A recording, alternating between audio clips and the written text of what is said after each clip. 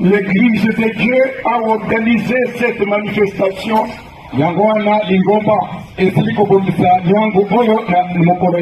afin de parvenir à être en contact avec lui. C'est ainsi, au prime abord, nous remercions l'Éternel, notre grand Dieu. C'est Dieu qui vit au ciel. C'est Dieu qui connaît la vie de chacun de nous. C'est Dieu qui vous a appelé. Et c'est Dieu qui m'a appelé aussi. Lequel Dieu qui donne à quiconque s'approche auprès de lui. Aujourd'hui, vous et moi, nous sommes assemblés pour l'adorer. Cette occasion m'approche auprès de vous qui êtes bénis par l'Éternel. Je voulais vous remercier parce que vous avez loupé vos occasions d'habituel pour venir enseigner.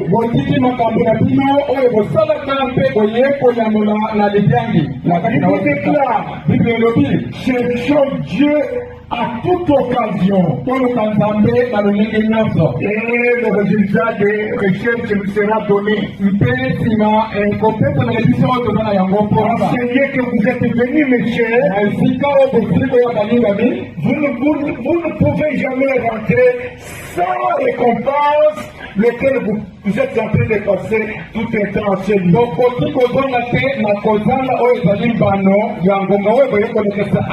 Qu'il vous soit favorable. Et que ces grands dieux-là puissent vous bénir aussi. Je m'adresse à ce peuple de Dieu enseigné. La grandeur de Dieu est dans vos cœurs. La grandeur de Dieu ne peut jamais vous louper. Parce que vous avez accepté de venir sous le soleil dans ces grands déserts, venir adorer l'Éternel dans ces coins. Qu'il vous soit favorable, qu'il vous donne tout ce que vous avez déjà manqué, qu'il ouvre les grandes portes pour vous bénir. Après ça, vous, les chers mamans, la main de l'Éternel n'est pas courte pour ne pas vous bénir aussi. Saisissons cette occasion pour que la main de l'Éternel vienne parmi nous pour nous bénir. Seigneur, le Seigneur, vous donne la paix du cœur. Le Seigneur là est avec nous. Voilà pourquoi je vous demande de se mettre debout.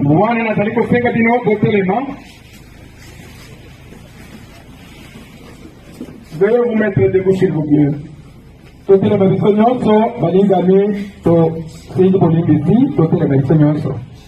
Nous allons chanter un cantique. Après, nous demandons à notre frère pasteur pourra prier pour nous.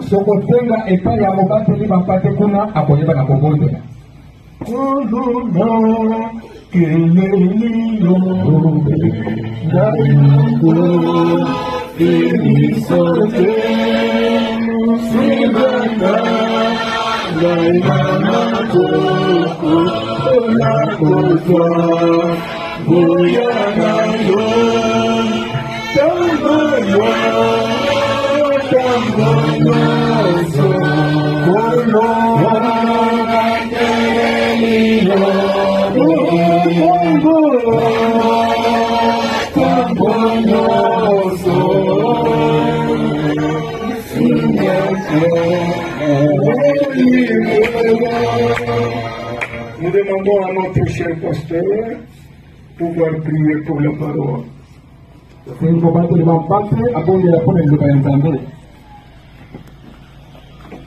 Seigneur notre Dieu, nous te disons grandement merci pour l'amour que tu as manifesté aujourd'hui que nous soyons ici réunis autour de ta parole. Ce n'est pas un hasard, Seigneur, que tu as permis qu'aujourd'hui nous puissions être ici. Parce que tu avais quelque chose à ajouter dans notre expérience chrétienne. Bénis celui qui nous a reçus, Seigneur. Parce que c'est l'amour de son cœur qui a manifesté pour nous inviter. S'il n'avait pas l'amour dans son cœur, il ne pouvait pas nous appeler pour partager tout autour de ta parole. Parce que tu as dit, il est tout et agréable que les saints de Dieu demeurent ensemble. C'est là que tu devrais faire cette bénédiction. Bénis la présence de chacun de nous. Bénis celui qui nous a reçus. Bénis les gens que tu vas utiliser maintenant, afin que tout soit pour ton amour dans le nom précieux de notre Seigneur Jésus-Christ, que je demande ici. Amen. Amen. Veuillez vous mettre, s'il vous plaît. Cependant, le monde est jonché de problèmes et de problèmes. Mais c'est dans ce monde où nous, les chrétiens, nous vivons. Alors, quand Malachi parle, vous verrez la différence entre ceux-là qui adorent l'Éternel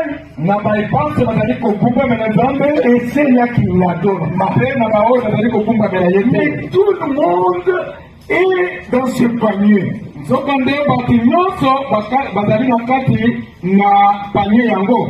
Même vous, même moi, nous sommes dans ces problèmes. Voilà pourquoi Seigneur nous appelle aujourd'hui, afin de comprendre l'essence de ce thème que nous allons développer.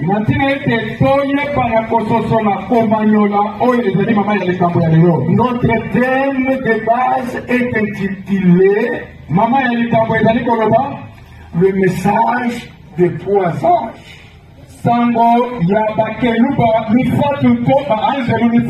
Le message de 3 ans. Mais je me veux me demander pourquoi 3 ans.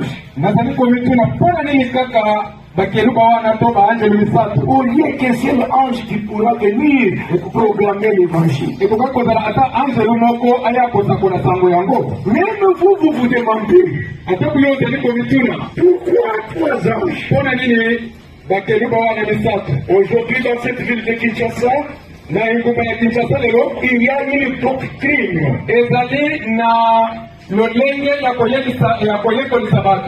qui élève les anges. Je reprends. Aujourd'hui dans cette ville de Kinshasa, il y a les doctrines qui élèvent les anges.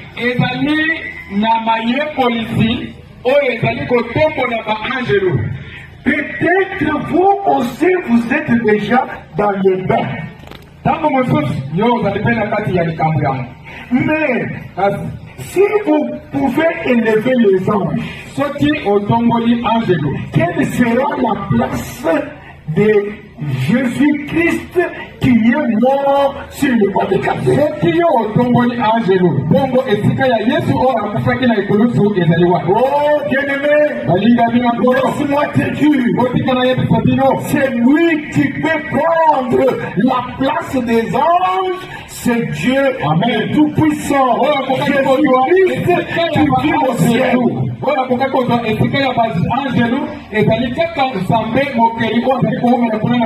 Je voudrais seulement attendre aussi que le nom de Jésus là, que le cœur puisse battre et que tu puisses au moins dire que le Seigneur est avec moi, parce que moi je l'ai déjà accepté.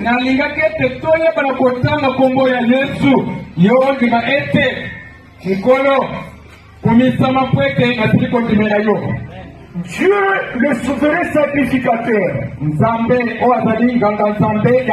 a sacrifié son fils.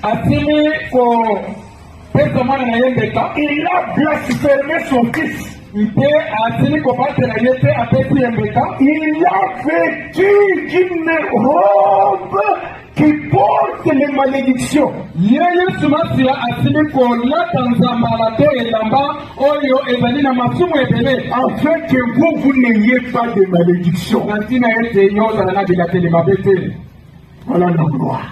Tala nkembo yango wana. Voilà la gloire. Tala lukumu. C'est ainsi les anges, Yango wana baanjelu quand ils sont venus, tango bayaki ils ont amené les messages prophétiques. bayaki na sango ya bosakoli. Et les messages prophétiques Sango ya bosakoli doivent être compris dans le sens prophétique. esengeli mpe basakoli wana misatu na sango na yango toyeba na komanyo na yango na lolenge ya bosakoli. Alors comment cela était opéré? Elekaki ndenge nini? Le monde était déjà déchu. Mokili ekwesamaki, Le monde était déjà rejeté. mokili ekwakamaki, Il fallait maintenant esengelaki que Dieu nzambe abola puisse envoyer les anges ayeba na kotinda ntango mosusu baanjelu afin de venir remettre l'adoration de l'Éternel sur sa place. yango wana bakeluba wana bayaki mpo ete batya oyo ezali bokumbameli ya nzambe na esika na yango. Ce matin, je puis vous révéler des grands secrets de l'Éternel. Na ntongo ya lelo nazali kolakisa bino basekele ya nzambe. Voilà le premier secret. Botala ya liboso, Lève-nous debout pour adorer, pour respecter, ainsi dit l'Éternel. toyeba na kotelema mpona kokumbamela nzambe mpona kotosa oyo ezali koloba oyo wapi ekomami. Nous sommes dans l'Apocalypse, tozali na mokanda ya emoniseli au verset 1. na mokanda ya emoniseli Au chapitre 1, verset 3. na oyo ezali mokapo ya yambo mpe eteni ya misato. J'ai lu ma Bible. Et ceux qui attendent les paroles de la prophétie esengo na baoyo bazali kotanga mpe koyoka oyo ezali maloba ya bosakoli et qui gardent les choses qui y sont écrites. mpe bayi oyo wapi bazali kobatela makambo oyo ekomami na kati na masakoli oyo, Car le temps est proche. ntango ezali pembeni. Veuillez vous asseoir. Ofanda balingani, On s'adresse à vous tozali epai na bino parce que vous semblez oublier des choses très importantes. bokokaki kobosana oyo ya motuya. C'est ainsi dans le plan de Dieu. Yango wana na mabongisi ya nzambe, Dieu a utilisé son serviteur. nzambe asili kosalela mosali na ye. Le plan que Dieu a amené à son serviteur et qu'il puisse comprendre que la chair a été renversée. Maloba to mosakoli oyo nzambe asili komemela basali na ye ezali ete nzoto ezalaki kobwakama. La chair. Oyo ezali ngwende ezalaki kobwakama. Alors il faut maintenant redresser la chair. Esengeli kozongisa ngwende Comme la Bible le dit, lokola biblia ezali koloba ceci, oyo il est le restaurateur de brèches. ye azali mobongisi mpenza ya nzela. Il doit restaurer les brèches. esengeli abongisa. C'est ça le terme. kozongisa kobongisa to kozongisa Oye, si la otilaki kobeba. Eliakim. Maintenant, nani akoya kozongisa oyo esilakaki kobebisama Amen. na sika nango. Amen. C'est ainsi Yango wana atelemisaki Jean. Jean déjà battu et enlevé les yeux balongolaki ye miso yohana vers la mort. pembeni ya liwa On l'a amené dans le ciel battu. Dans cette vision qu'il voyait, il a vu les 3 anges qui sont venus sur la terre programmés ainsi dit l'Éternel.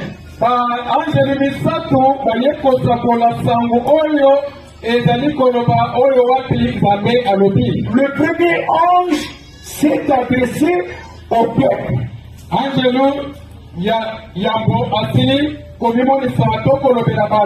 Avec un message spécial. Le deuxième ange est venu, il s'est adressé aussi au peuple. Avec un message spécial. Le troisième ange est venu, il s'est adressé au peuple. Tout cela était que la brèche doit être réparée. Alors maintenant, quel est le premier message que l'ange a amené? Plusieurs Bibles que nous lisons parlent de messages. Les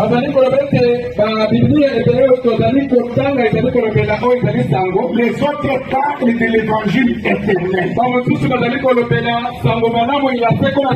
Mais ces termes sont très nécessaires. Ils ont un message caché dans eux. Il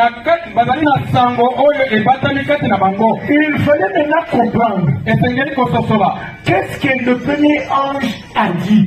Quel était le message du premier ange?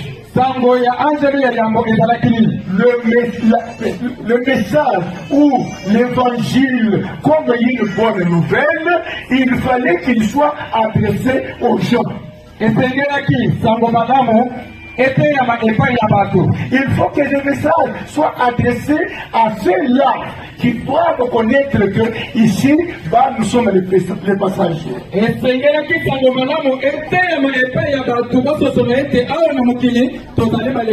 Alors, quel était le message?